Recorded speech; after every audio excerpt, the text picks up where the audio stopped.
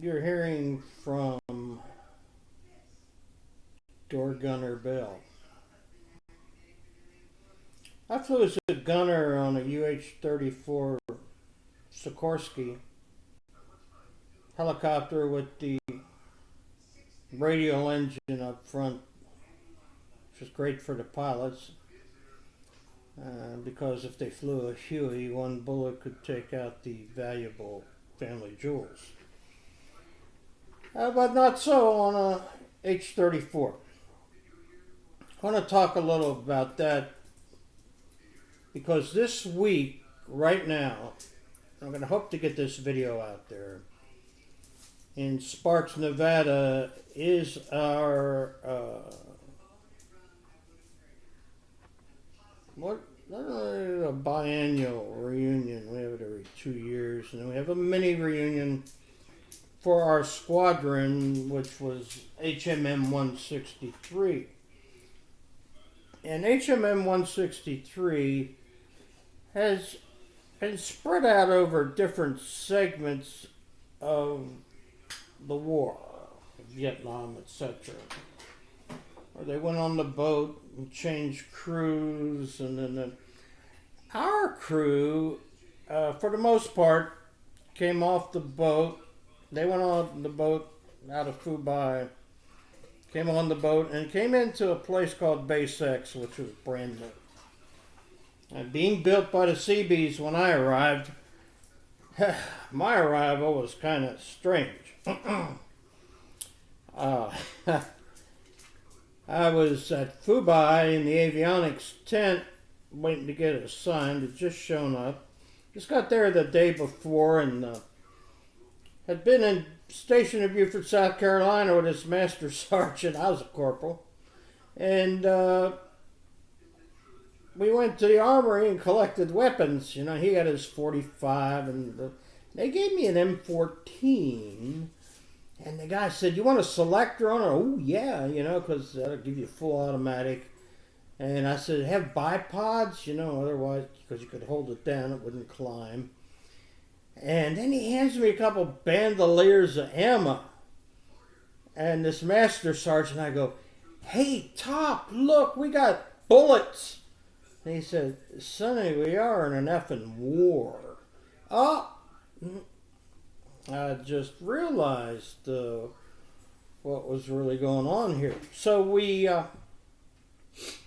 went to the avionics tent next morning, and I hear the captain in there talking to this master sergeant about this place called Quang Tri and how they got hit the night before, and all this shit got blown up and people killed and wounded and yada yada yada yada. And me and a friend of mine, Chris Loudon, we're just sitting there, you know, taking it all in. And the master sergeant comes out, and Chris and I are both aircraft electricians. And he comes out and he says, "Guess what, boys? Y'all going to Quang Tri." And I'm like, "Hell, ain't that the place everybody just got killed?" You know, so he was very happy to send us up that way. So we got our sea bags together and everything, went over to the ramp at Fubai to catch a hop on a chopper. Marine Corps don't have choppers, they have helicopters. To catch a ride up to Quang Tri. So I get to Quang Tri and we're flying in. Here's all these helicopters with eyeballs painted on the front. Now, if an aircraft doesn't have nose art, it ain't a Marine Corps aircraft. And I see all these helicopters with eyeballs on them, and I'm going, "Oh, lordy, lordy, am I home."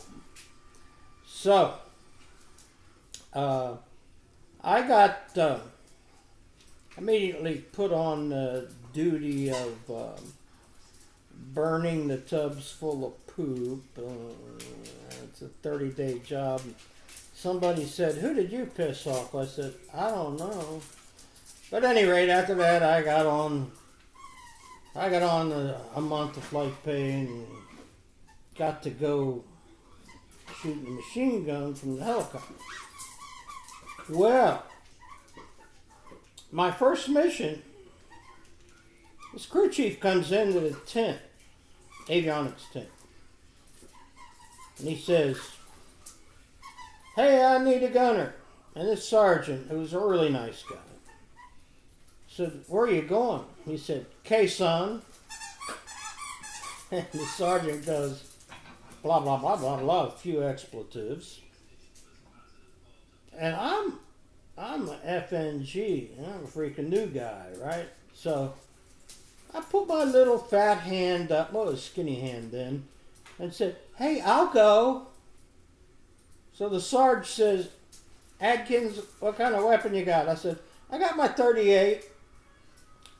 Well, he takes off his 45, and he gives it to me, and he says, "Come on outside, I want to get a picture of you with it, in case you get killed and it gets lost, I can prove where it is."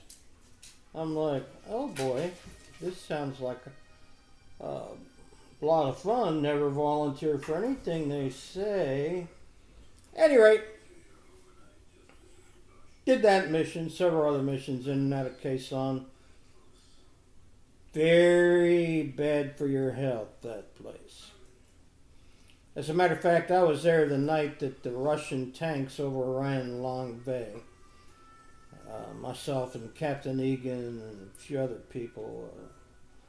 But to get the point is that the HMM-163 group that was in Quang Tri for about 5 months before the squadron disbanded was the best squadron I was ever in the Marine Corps. Our little group that has reunions every 2 years just for the squadron, we call it the Quang Tri Brotherhood. As a matter of fact, I bought a brick for the memorial over here in Sun City Center for the Quang Tri Brotherhood.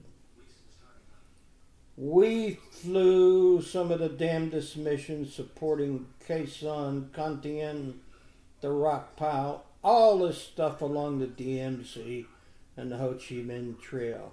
And we did our job. And today, I got a call from a retired lieutenant colonel who's been ill, and he was one of the strongest dudes I knew, but he's just turned 83. Of course, I'm 76. But we're a dying breed and a dying group because we were very unique, our little group in the Quang Tri Brotherhood. We were together for 5 months.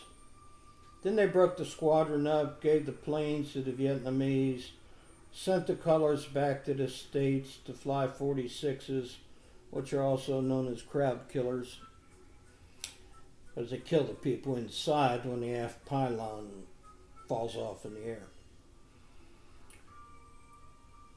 But throughout the past several years, I've gotten to visit with and bullshit with some of the best damn pilots and the absolutely best Marines that I could have ever wanted to serve with.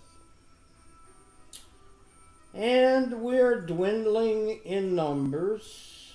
George and I discussed that today on the phone. Then I went to call another one after that, and he has moved, so now I got to find his phone number. But we are slowly dying off. Pretty soon there won't be any more Quang Tri Brotherhood reunions. And actually, Papa Smoke, the big reunion that's happening now, that happens every 2 years, used to have a couple thousand people come to it. This year, I think there's about 350. It's out in Sparks, Nevada, and a lot of people aren't there for reasons of not being able to travel, because of health reasons or whatever. And I just want to throw out a big ass salute to a lot of these guys who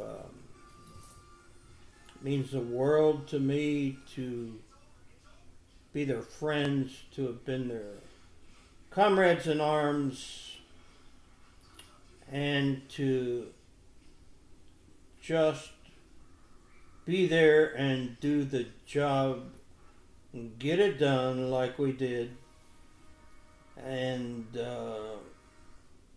you know, the only thing I can say at this point is what I always say as a Marine helicopter guy: Semper Fi.